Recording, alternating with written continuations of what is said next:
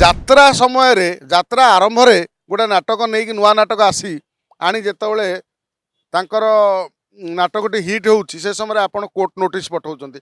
ଅର୍ଥାତ୍ ପରୋକ୍ଷରେ ଗୋଟିଏ ମାଲିକ ଆଉ ଗୋଟେ ମାଲିକକୁ ଲସ୍ କରିବା ପାଇଁ ଇଏ ଗୋଟେ ଯୋଜନାବଦ୍ଧ ଷଡ଼ଯନ୍ତ୍ର ମୁଁ କହିବି। ଯଦି ଟଙ୍କା ଫେରା ହେଇଛି, ଯଦି କୋର୍ଟ ନୋଟିସ୍ ଆସିଛି ତାହେଲେ ଇଏ ହେଉଛି ଭୁଲ। ଯଦି ଟଙ୍କା କିଛି ଫେରା ହେଇନି, କିଛି ବାକି ଅଛି, ଆଉ ଅନ୍ୟ ଯାତ୍ରା ପାର୍ଟିରେ ଅଭିନୟ କରିବା ମଧ୍ୟ ଭୁଲ। ତେଣୁ ଯାତ୍ରା ପାର୍ଟିରେ କୌଣସି ଯାତ୍ରା ପାର୍ଟିରୁ ଯଦି ଆପଣ ଅଗ୍ରିମ କିଛି ଟଙ୍କା ନେଇଛନ୍ତି, ଏଗ୍ରିମେଣ୍ଟ ଅଛି ବା ଆପଣ ଟଙ୍କା ଫେରାଇ ଦେଇଛନ୍ତି, ଏଗ୍ରିମେଣ୍ଟଟି ରହିଯାଇଛି ବର୍ଷରେ, ତେଣୁ ଏଗ୍ରିମେଣ୍ଟଟା କ୍ୟାନସଲ୍ ହେଇନି, ସେ ଏଗ୍ରିମେଣ୍ଟ ବଳରେ ସିଏ ଆପଣଙ୍କୁ କୋର୍ଟ ନୋଟିସ୍ ପଠାଇ ଦେଇଥାଇପାରେ। ନାଇଁ, ଇଏ କୌଣସି ସମୟରେ ଏଭଳି କୋର୍ଟର ଅର୍ଡ଼ର କାହାର ଗୋଡ଼ରେ ବେଡ଼ି ପକାଇବା ଇଏ ଯାତ୍ରା ଇଣ୍ଡଷ୍ଟ୍ରି ପାଇଁ ଶୁଭଙ୍କର ନୁହଁ, କଳାକାର ପାଇଁ ଶୁଭଙ୍କର ନୁହଁ, କି ମାଲିକମାନଙ୍କ ପାଇଁ ମଧ୍ୟ ଶୁଭଙ୍କର ନୁହଁ। ଏଠି କଥା ପଡ଼ିଛି ଯେତେବେଳେ ପୀୟୁଷ ତ୍ରିପାଠୀ ଗୋଟିଏ ବର୍ଷ ପରେ ଗୋଟେ ନୂଆ ନାଟକ ନେଇ ଆସୁଛନ୍ତି, ସେ ସମୟରେ କୋର୍ଟ ଅର୍ଡ଼ର ଆସୁଛି। ମାତ୍ର ପୀୟୁଷ ତ୍ରିପାଠୀ ଯେତେବେଳେ ଘରେ ବସିଥିଲେ 6 ମାସ ବର୍ଷେ, ସେତେବେଳେ ଆପଣ ଚାହିଁଥିଲେ କୋର୍ଟରୁ ତାକୁ ନୋଟିସ୍ କରିପାରିଥାନ୍ତେ। ଯାତ୍ରା ସମୟରେ ଯାତ୍ରା ଆରମ୍ଭରେ ଗୋଟେ ନାଟକ ନେଇକି ନୂଆ ନାଟକ ଆସି ଆଣି ଯେତେବେଳେ ତାଙ୍କର ନାଟକଟି ହିଟ୍ ହେଉଛି ସେ ସମୟରେ ଆପଣ କୋର୍ଟ ନୋଟିସ୍ ପଠାଉଛନ୍ତି। ଅର୍ଥାତ୍ ପରୋକ୍ଷରେ ଗୋଟିଏ ମାଲିକ ଆଉ ଗୋଟେ ମାଲିକକୁ ଲସ୍ କରିବା ପାଇଁ ଇଏ ଗୋଟେ ଯୋଜନାବଦ୍ଧ ଷଡ଼ଯନ୍ତ୍ର ମୁଁ କହିବି। ଯେତେବେଳେ ଗୋଟେ ମାଲିକ ଆଉ ଗୋଟେ ମାଲିକକୁ କ୍ଷତି କରିବାକୁ ଚାହିଁବ ତାହେଲେ ଯାତ୍ରା ଇଣ୍ଡଷ୍ଟ୍ରି ଆଗକୁ ବଢ଼ିବ କେମିତି? ଆଉ ମାଲିକ ସଂଘର ମୂଲ୍ୟ ମାନେ ମାଲିକ ସଂଘର ଅର୍ଥ କ'ଣ ରହିଲା ଆ ଦେହରେ? ଜଣେ ମାଲିକ, ସିଏ ମଧ୍ୟ ଯେଉଁଠି ପୀୟୁଷ ତ୍ରିପାଠୀ ଛାଡ଼ିଛନ୍ତି, ଯାହା ସାଙ୍ଗରେ ଏଗ୍ରିମେଣ୍ଟ କରିଥିଲେ, ସିଏ ମଧ୍ୟ ଜଣେ ମାଲିକ। ଯେଉଁଠି ଅଭିନୟ କରୁଛନ୍ତି ଯେଉଁ ଯାତ୍ରା ପାର୍ଟିରେ, ସିଏ ମଧ୍ୟ ଜଣେ ମାଲିକ। ଗୋଟେ ମାଲିକ, ଯାତ୍ରା ମାଲିକ ବହୁ ମାନେ ଶ୍ରମଜୀବୀଠୁ ଆରମ୍ଭ କରି ବହୁ ଟେକ୍ନିସିଆନ୍ କଳାକାରଙ୍କୁ ତା ପରିବାର ଚଳାଏ। ତେଣୁ ଏଭଳି ଇଏରେ ଯେଉଁ ସମୟରେ ସରକାର ଯୁବକମାନେ ଆମ ରାଜ୍ୟରେ ବେକାରୀ ସମସ୍ୟା ମାନେ ଉବୁଟୁବୁ ବେକାରୀମାନେ ଜବ୍ ପାଉନାହାନ୍ତି, ସେ ସମୟରେ ଯଦି ଯାତ୍ରା ମାଧ୍ୟମରେ କିଛି ରୋଜଗାର କରି କୌଣସି କେହି ତାଙ୍କର ପରିବାର ପୋଷଣ କରୁଛନ୍ତି, ସେଟା ଭଲ କଥା। ଯାତ୍ରା ମାଲିକମାନେ ଅନେକ ଲୋକଙ୍କୁ ଦେଇଛନ୍ତି କ'ଣ, ଦାନା ପାଣି ଦେଇଛନ୍ତି। କିନ୍ତୁ ଏଠି ପୀୟୁଷ ତ୍ରିପାଠୀ ଯେତେବେଳେ ଯେଉଁ ଯାତ୍ରା ପାର୍ଟିରେ ଅଭିନୟ କରୁଥିଲେ, ସେ ଯେଉଁ କ'ଣ ପ୍ରମୋଦ ବାବୁଙ୍କ ପାର୍ଟିରେ, ସେତେବେଳେ ଆପଣ ଯେତେବେଳେ ତାକୁ ଆଣିଲେ, ସିଏ ନାଣ୍ଡୁ ବାବୁଙ୍କ ପାର୍ଟିରେ ଥିଲେ। ଆପଣ ଥରେ ଚିନ୍ତା କରିବା କଥା, ସିଏ ଗୋଟେ ପାର୍ଟିରେ ଅଭିନୟ କରୁଛି, ମୁଁ ତାକୁ ଟଙ୍କା ବଢ଼େଇକି ନେଇକି ଆଇଲି। ସେମ୍ ଘଟଣା ଆପଣଙ୍କ ସାଙ୍ଗରେ ଘଟିଲା। ସେଇଠୁ ସିଏ ଆଉ ଗୋଟେ ପାର୍ଟିକି ଗଲା ଯେଉଁଥିରେ ଅଧିକ ଟଙ୍କା ତାକୁ କିଏ ଯାଚିଲା।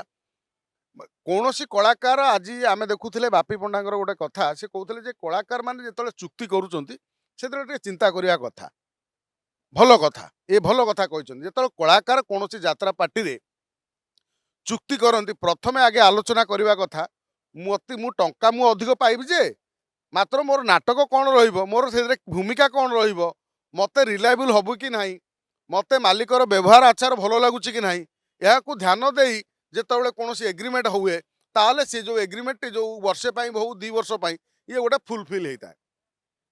ଯେତେବେଳେ କୌଣସି ଲୋକ ସେ ବାବଦରେ ଚିନ୍ତା ନ କରି ଆପଣଙ୍କୁ ସାଇନ୍ କରିଦିଅନ୍ତି, ତାହେଲେ ଏଠି ପ୍ରୋବ୍ଲେମ୍। ମାନ୍ୟବର କୋର୍ଟଙ୍କ ଆଦେଶକୁ ସମସ୍ତେ ପାଳନ କରିବା ଉଚିତ। ତାକୁ ତ ଆମେ କାଉଣ୍ଟର କରିପାରିବା ଯଦି, ତାହେଲେ ଆମେ ପୀୟୁଷ ତ୍ରିପାଠୀ ଗୋଟେ ଓକିଲ ନେଇ କାଉଣ୍ଟର କରି ତାକୁ କାଉଣ୍ଟର କରିପାରିବେ। ଏହାର ସତ୍ୟତା କେତେ ଅଛି? ସିଏ ଯେଉଁ ମଝିରେ ତାଙ୍କର ଯେଉଁ ଆଲୋଚନା ହେଇଥିଲା କ'ଣ, ଏଇ ଯେଉଁ ଯାତ୍ରା ମାଲିକ ସଂଘ ଭିତରେ କ'ଣ ପୀୟୁଷ ତ୍ରିପାଠୀ ପଇସା ଫେରାଇବା କଥା, ତ ଆମେ ତ ଦେଖୁଥିଲେ ଟଙ୍କା ବେଗ୍ ଗୋଟେ ଭରି ହେଇକି ଯାଉଥିଲା। ତାଙ୍କ ଭିତରେ କ'ଣ ଟଙ୍କା ଫେରାଫେରି ହେଲେ, କି କେତେ ପଇସା ବାକି ରହିଲା, କି କ'ଣ ରହିଲା, ଏ ବାବଦରେ ତ କେହି ଜାଣିନାହାନ୍ତି, ସେ ମାଲିକମାନେ ଜାଣିଥିବେ। ଯଦି ଟଙ୍କା ଫେରା ହେଇଛି, ଯଦି କୋର୍ଟ ନୋଟିସ୍ ଆସିଛି, ତାହେଲେ ଇଏ ହେଉଛି ଭୁଲ। ଯଦି ଟଙ୍କା କିଛି ଫେରା ହେଇନି, କିଛି ବାକି ଅଛି, ଆଉ ଅନ୍ୟ ଯାତ୍ରା ପାର୍ଟିରେ ଅଭିନୟ କରିବା ମଧ୍ୟ ଭୁଲ। ତେଣୁ ଯାତ୍ରା ପାର୍ଟିରେ କୌଣସି ଯାତ୍ରା ପାର୍ଟିରୁ ଯଦି ଆପଣ ଅଗ୍ରିମ କିଛି ଟଙ୍କା ନେଇଛନ୍ତି, ଏଗ୍ରିମେଣ୍ଟ ଅଛି, ବା ଆପଣ ଟଙ୍କା ଫେରାଇ ଦେଇଛନ୍ତି, ଏଗ୍ରିମେଣ୍ଟଟି ରହିଯାଇଛି ବର୍ଷରେ, ତେଣୁ ଏଗ୍ରିମେଣ୍ଟଟା କ୍ୟାନସଲ୍ ହେଇନି, ସେ ଏଗ୍ରିମେଣ୍ଟ ବଳରେ ସିଏ ଆପଣଙ୍କୁ କୋର୍ଟ ନୋଟିସ୍ ପଠାଇ ଦେଇଥାଇପାରେ। ତେଣୁ ଏଠି ବର୍ତ୍ତମାନ ଗୋଟେ ଆଲୋଚନା ମାଧ୍ୟମରେ ଏ ସମାଧାନ ହେବା ଦରକାର।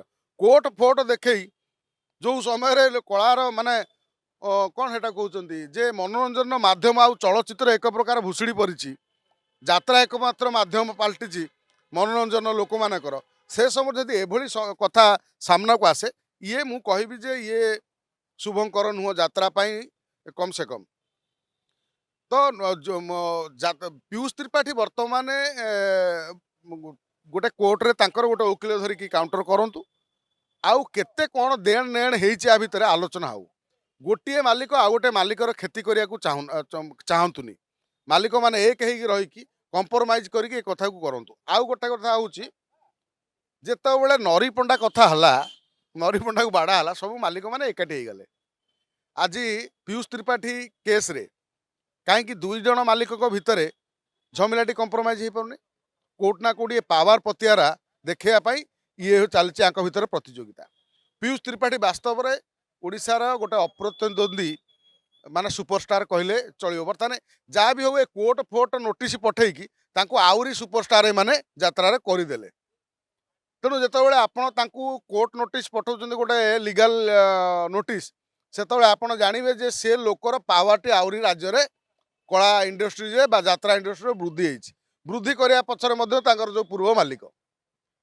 आज पीयूष त्रिपाठी जो आसला कौन लोकलोचन को जो यात्रा नाटक देखा लोक दर्शक हाउजाऊ होती लोक मैंने नाटक को भरपूर माने सपोर्ट करुँच भल पाइबा दौरान ये राज्य भल संकेत यात्रा इंडस्ट्री ये समस्त खुशी हवा कथा देन नेन कथा को कंप्रोमाइज करी आपस बुझामणा माध्यम ए केस समाधान हो गले भल आउ केस को ऊपर को न बढ़ई अजथार गोटे कलाकार गोड़े बेड़ी न पकई यात्रा गोटे मालिक को क्षति न करी एटा केमिति म्यूचुअली अंडरस्टैंडिंग हो पार गोटे वर्ष भितर आपण पाखर समय थिला चाहिए कर मात्र गोटे वर्ष आपण कले ना से भली आलोचना पर्यालोचना कले नहीं आपण भितर एकता ना बोध हुए जो आपण भितर एकता ना ताले ये कथा सामना को आसो मित्र आपण मालिक मालिक भितर टंका निया नी टंकार खेल भितर पीयूष त्रिपाठी बलि पड़ जाइछि।